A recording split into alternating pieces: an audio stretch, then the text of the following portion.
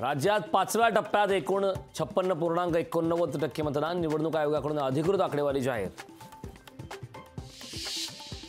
भाजप लोकसभेचे उमेदवार कपिल पाटील यांच्यावर गुन्हा दाखल. पोलिसांना मतदान केंद्रावर शिवीगाळ केल्याप्रकरणी गुन्हा दाखल.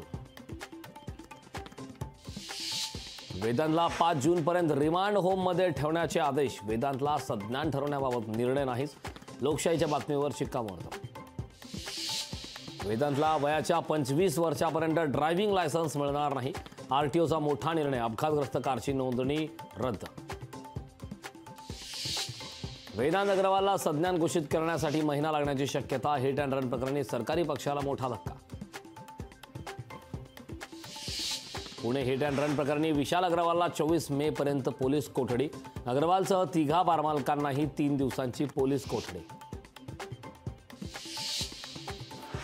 पुण्यातल्या हिट अँड रन प्रकरणात फडणवीसांची दिशाभूल. आरोपींवर पहिल्यांदा कलम 304 दाखल केलंच नव्हतं.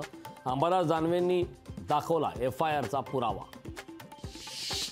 उद्धव ठाकरेंवर कारवाईची शक्यता. ठाकरेंच्या आरोपांची आयोग करणार चौकशी. गजानन कीर्तिकरांवर पक्षांतर्गत कारवाई होण्याची शक्यता. पक्षाविरोधी वक्तव्य आणि संभ्रम निर्माण केल्यानं कारवाई होण्याची शक्यता.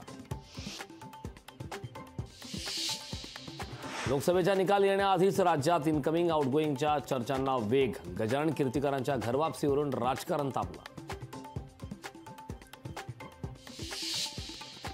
अभिनेता शाहरुख खानची प्रकृती बिघडली. शाहरुखला अहमदाबादच्या केडी रुग्णालयात केलं दाखल. उष्माघाताच्या त्रासामुळे शाहरुखवर उपचार सुरू. लोकशाही मराठी ऐका, पहा, जागरूक रहा.